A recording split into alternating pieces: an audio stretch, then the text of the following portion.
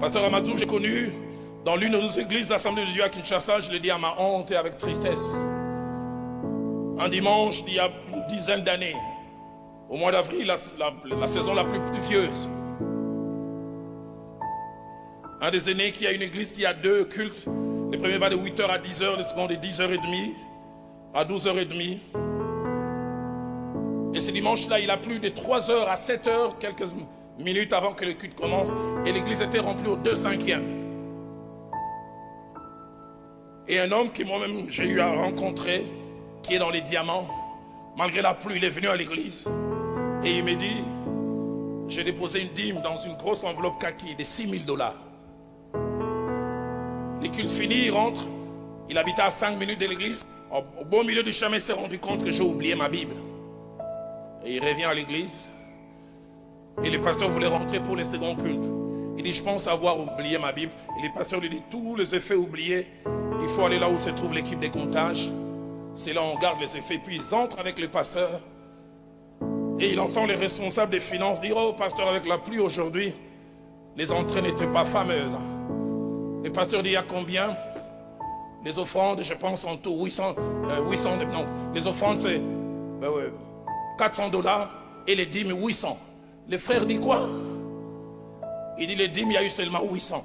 Le frère se retourne vers le pasteur et dit, s'il y a des dîmes de manière minimale aujourd'hui, ça doit être 6 000.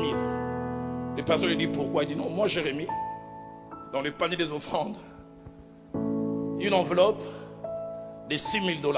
Le pasteur a regardé tous les frères et les sœurs et dit, j'ai confiance à vous. On appelle la police, on va vous fouiller.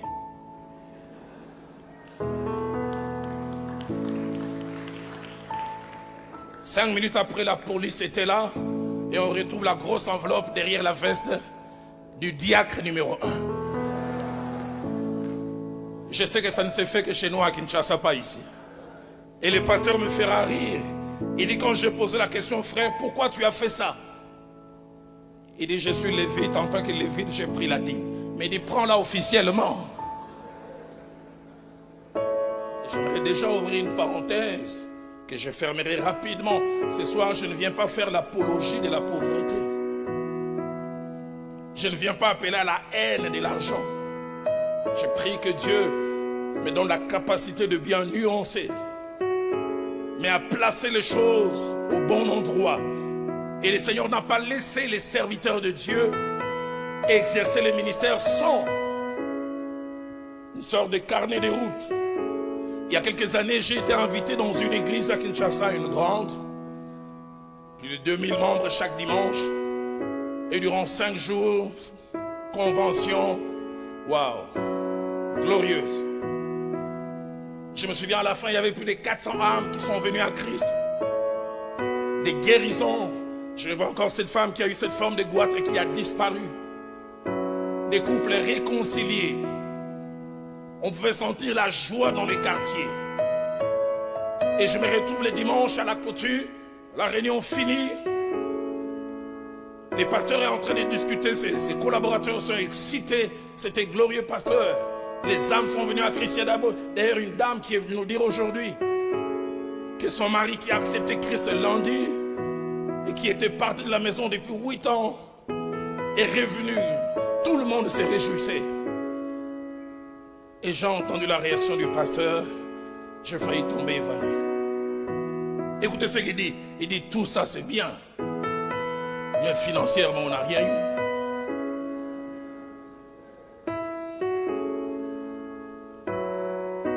Les âmes gagnées, ça lui dit rien. Les vies changées, ça lui dit rien. Les couples réconciliés, ça lui dit rien. Les personnes guéries, ça lui dit rien. C'est qu'il lui dit quelque chose, la caisse de l'église.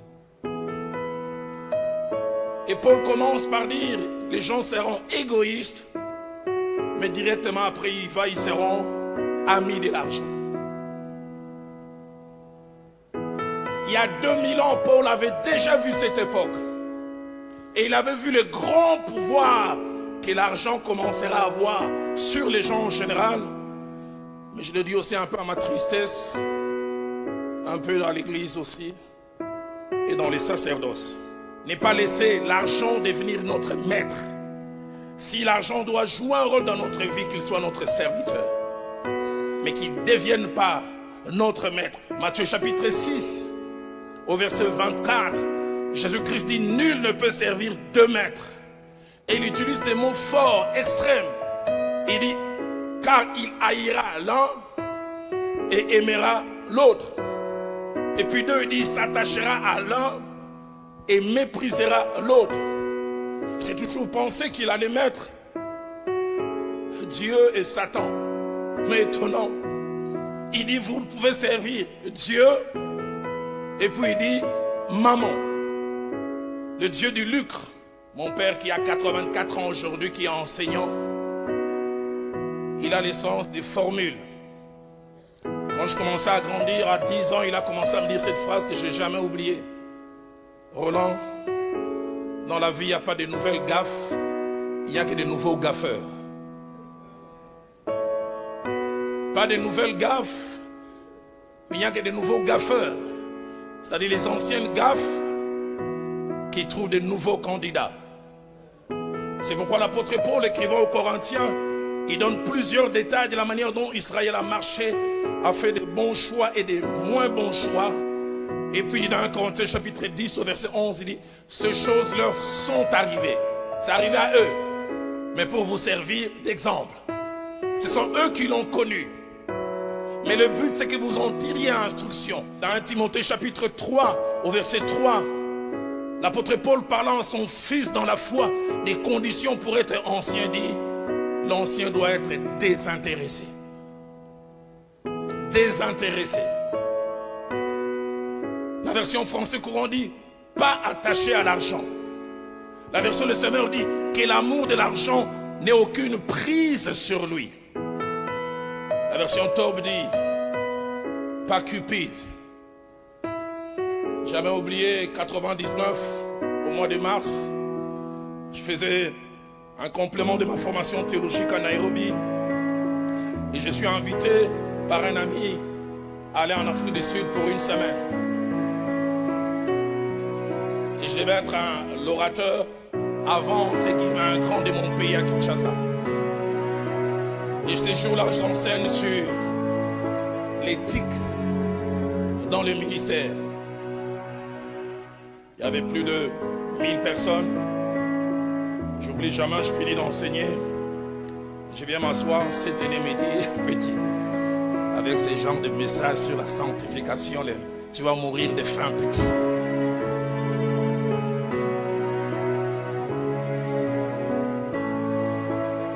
Et puis il me dit: dans 15 minutes, je vais monter et tu vas voir. Il a utilisé un terme en lingala, il dit nakunginda. Donc j'en aurai plein et ça va couler.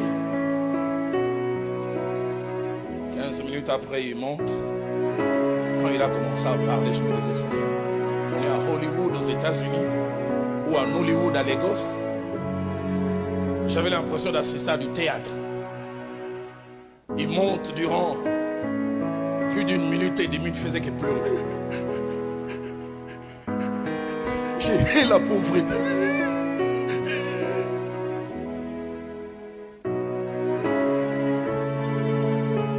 Larmes réelles, mais pour une tristesse absente. Il dit: Dieu m'a envoyé ici en mission. 10 personnes auront leur vie changée. Dieu ne m'a pas dit 11, pas 12. J'ai dit bien 10. Et puis écoutez ce qu'il dit: ouf! Je sens une onction financière comme je n'ai jamais senti. Et j'aimerais vous dire, il ne sent rien du tout.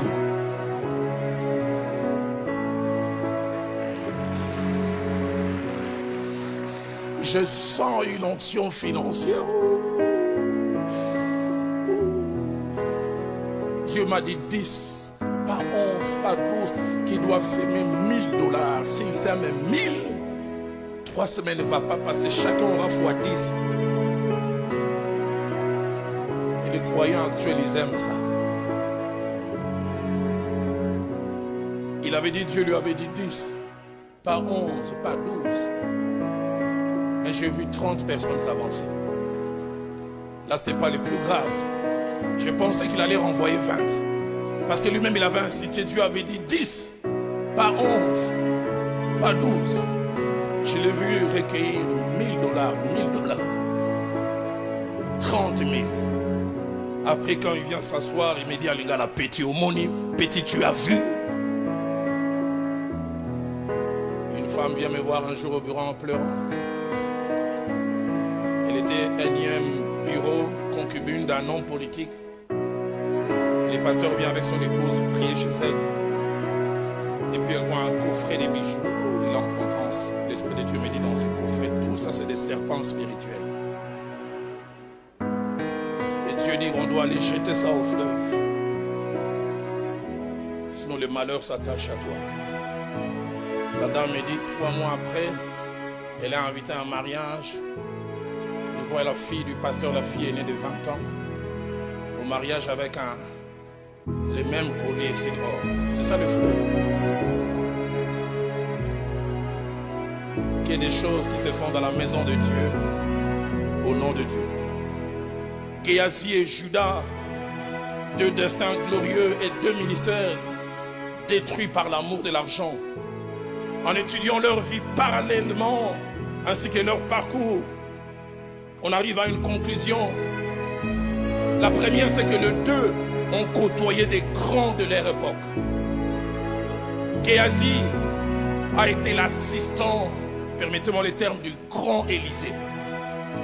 Judas Iscariote, c'est que vous et moi on connaît par la foi. Judas Iscariote a palpé Jésus. Il a touché. J'aurais voulu tout donner pour être à la place de Judas Iscariote. Les 2 ont côtoyé des grands. Deuxièmement, les 2 avaient la confiance absolue de leur maître. Géasi, non seulement qu'il était l'assistant d'Élisée, mais plusieurs passages nous montrent qu'Élisée l'a mené partout. Et que dire de Judas Iscariote? Si c'était un gouvernement, il serait ministre des Finances. Parce que Jean 12, verset 6 dit, on lui avait confié la bourse. Et le ministère des Finances dans un gouvernement, on ne donne pas n'importe qui. Troisième chose, les 2 étaient appelés à un avenir glorieux. Pensez-y, après Élisée, c'est plutôt après Élie, c'est Élisée qui est venu. Et toute la nation connaissait. Si Élisée meurt, c'est Géasi qui va remplacer. Dauphin potentiel, reconnu. Et Judas était en préparation pour faire partie des 12 qui allaient bouleverser le monde. Jésus l'a choisi après la prière. Les 2 étaient appelés à un avenir glorieux. Quatrième chose que les 2 avaient en commun, les 2 sont passés à côté d'un grand destin. Et ne sont jamais devenus ce qu'ils devaient devenir. Les 2. 2 Rois chapitre 5 verset 27 nous montre que Géasi a fini lépreux. Et à l'époque en Israël, quand tu attrapais la lèpre, on te mettait à côté, écarté de la ville, écarté de la famille. Que dire de Judas Iscariote? Il est allé se pendre lui-même. Et acte 1 verset 18 nous donne encore des détails sur cet événement macabre.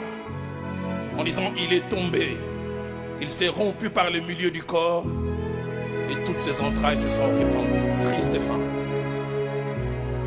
Cinquième chose que les 2 avaient en commun, aucun de 2 n'a vraiment profité des richesses qui les ont emmenés l'un et l'autre à la perte. Aucun.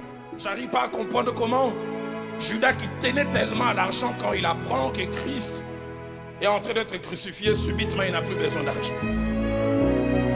Il va rendre l'argent chez le principal sacrificateur et lui dit qu'importe.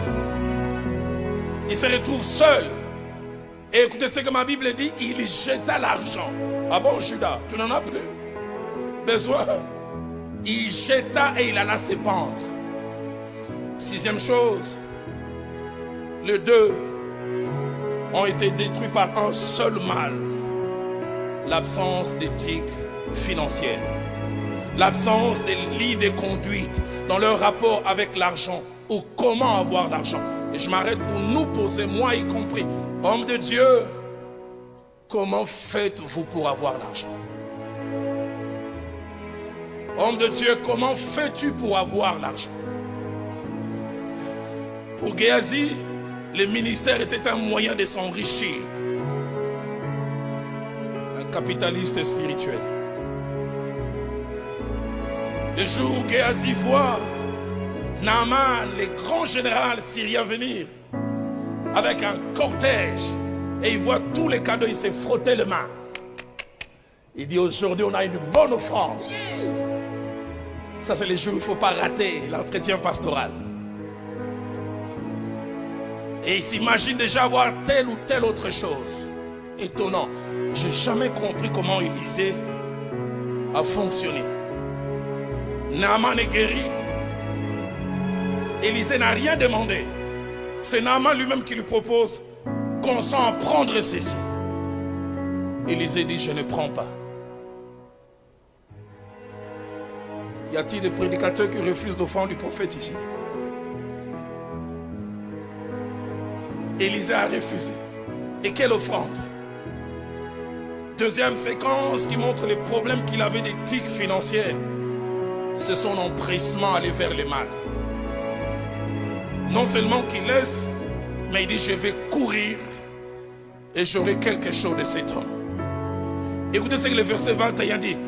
Géasi courut après Naaman. Troisième mouvement, ça m'attriste. C'est l'utilisation du mensonge pour avoir. Il arrive et écoutez ce qu'il dit à Naaman. Mon maître m'envoie te dire. Le maître n'a rien dit. Je pense qu'il a pensé au scénario toute sa route. En courant, qu'est-ce que je vais dire qui peut marcher? Il vient d'arriver deux jeunes gens d'Éphraïm, d'entre les fils des prophètes. Donne pour eux. Et les commentateurs disent tout ce qu'il avait cité, il avait déjà vu ça. Je t'ai pris un talent d'argent et 2 vêtements de réchange. Durant la traitière, il avait vu ça. Il dit non, ça ne peut pas retourner en Syrie. J'ai toujours pensé que Naaman devait être déçu d'Élisée. Il avait dit mais ces jeunes ne sont pas sérieux. Je lui avais donné. Il a dit non. Et là il commence à m'envoyer quelqu'un en courant. C'est pourquoi je me redis au Géasi, s'il y en a ici. Si ton style de vie c'est le mensonge, mens en ton nom.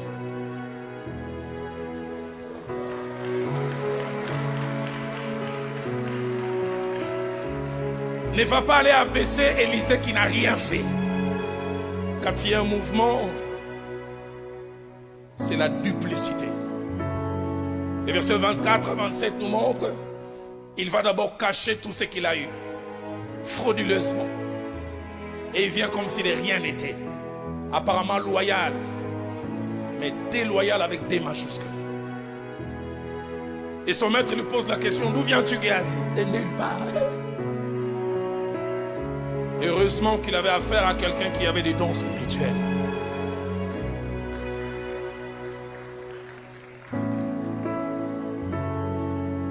Si chez Géasi ça s'est montré ainsi, Jean 12 verset 1 à 6 nous révèle le fonctionnement de Judas Iscariote dans ses rapports avec l'argent.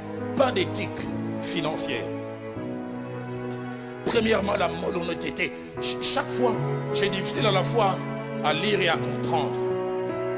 La Bible dit dans Jean 12 verset 6, Judas Iscariote tenant la bourse, il volait. Comment on peut voler en présence de Jésus? Il volait. Qui dit voler, dit sûrement que Judas Iscariote faisait une double comptabilité. Parce que 800 000 francs CFA rentraient, et après il venait dire il y en a eu 400. Et on demande, mais où sont les 400? Non, vous avez mal compté, c'était 400 000. Parce qu'il devait justifier